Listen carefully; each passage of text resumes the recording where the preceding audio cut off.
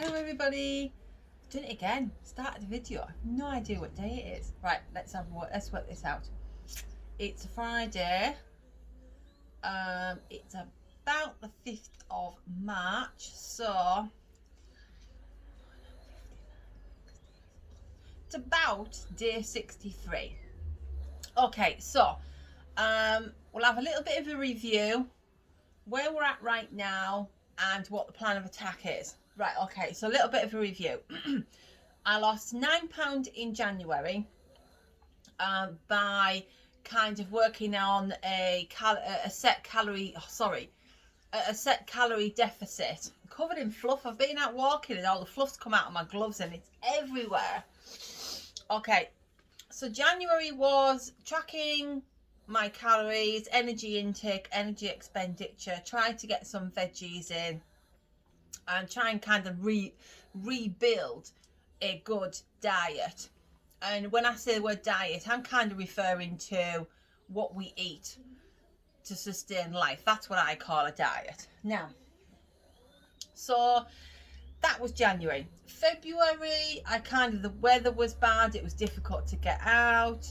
And then I had a week or so where I was just like totally worn out with work. I've had like loads of orders and just couldn't. Anyway, so basically February I kind of fell off the wagon, wasn't really tracking anything, and until the last 2 days had maintained my weight all month. Now the end of February, I'd literally had the day before I'd got weighed, I had a massive plate of vegetables, and we know veggies are full of fibre. Well, these ones were. So it really showed when I got on the scales. I put something like £4 on in one day. So there's obviously some variances in there. So I'm not even going to consider that to be fat gain.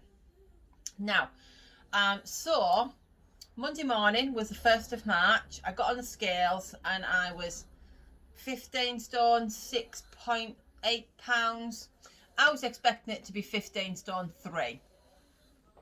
So this week I have decided to use up some protein meal replacement that I had in the cupboard. Now last year when that thing happened and it meant that when you went to the shops there was no food when you were allowed to go out to the shop, and I was running my pantry down at the time so I can clean it out.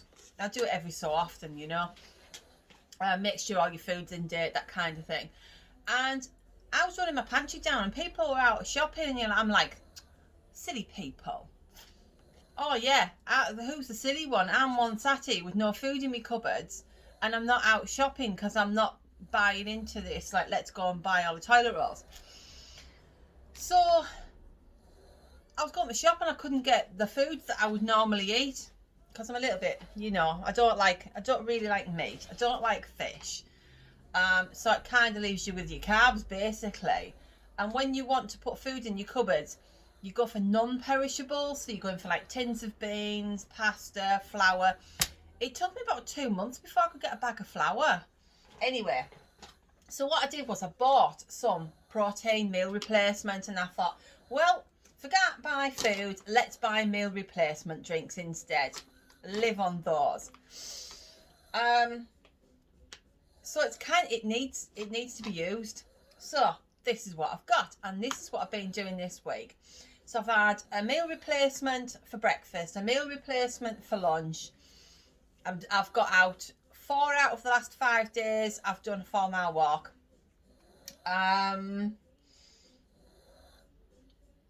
And then for my tea, sometimes I've had a meal replacement shake and sometimes I've had a little piece of chicken. Last night I had a salad with salad dressing and a piece of chicken, and that's what I had for my tea last night. Really I should be taking some vitamins and minerals because I don't want to be running down my vitamin stores. I couldn't actually get hold of any while I've been out this last day or so. So anyway, I just thought I'd show you what I've been doing. So I get my protein from My Protein, What a sentence. Didn't think that one out. Now, what have I got? Chocolate. They obviously do 2 sizes of bags. Collagen powder. Everyone's raving about this, so I thought, give it a go. Banana. The only thing about the chocolate, the banana, the maple syrup pancake mix, the flavours are nuclear. So, what I'm going to do in future is just buy the vanilla. So I've got vanilla and salted caramel. They've always got offers on. Sign up, you'll get loads of offers through emails, and don't buy anything until you get a voucher. That's my take on it. Now, what I do is, cannot have peanut butter in house. I think I've mentioned this in a video, one of my very earliest videos. And I buy Marmite and peanut butter because there's no way I'm going to sit with a spoon or a fork or whatever and eat Marmite peanut butter out the jar. So, can't have peanut butter in the house. So, got this stuff. It's cool. It's cool. So what I do is peanut butter powder, which has obviously been ground up, squeezed, dried out, desiccated, who knows. So let's have a look. So for 12 grams, it's 50 calories. I know the diet is not all about numbers. I know that. But it's where I've started. It's got me to where I am. And I know where I'm going to. I won't be looking at numbers eventually. But it's the way I do it, right? So, let's have a look. What's the fat in this? And it's for 12 grams. It's 48 calories and 1.1 grams of fat. But you're getting the peanut flavour. So what I'll do is I'll do, say, a banoffee. I'll use the salted caramel with a little bit. So I'll do like 45 grams of salted caramel, 5 grams of banana. There's your banoffee. I'll do vanilla and peanut butter. What's really nice is vanilla with an actual banana. So that's really nice. Right, yeah. Meal replacement blend. The reason I get the meal replacement blend is because a pure protein shake, I have an inappropriate insulin response. So like sometimes if I eat a boiled egg, I'm really not very well. I can't drink the protein shakes because it's like I feel like I've been poisoned. So the reason I get the meal replacement is because they have fibre and carbohydrates. Now, I can't read that label. Have I got my glasses on? No, I haven't got my glasses. Something like 51 grams has got 200. It might be 220. It might be 200. Don't know. Can't see the label. 200 calories in it. And then obviously you might bang your peanut butter version. Some of them I might shot some of that in. And the reason I buy these is because I think they're a good price. It's not because they are sugar free, and I know a lot of people have opinions about artificial sugar has a certain reaction in your body the same as normal sugar. I'm not even going into that. The price is good. They're available in the shops that I go to. 1 teaspoon has 13 calories in. So sometimes you can just, I do cookie dough as well. So I'll do vanilla. I'll do 45 grams of vanilla, 5 grams of chocolate, and I'll bang a bit of that in. 13 calories. Let's have a look at the fat. 0.2 grams of fat. Carbohydrates, 2.5. And that's on your fibre, 0.4 grams. So it's got more fibre than fat in it.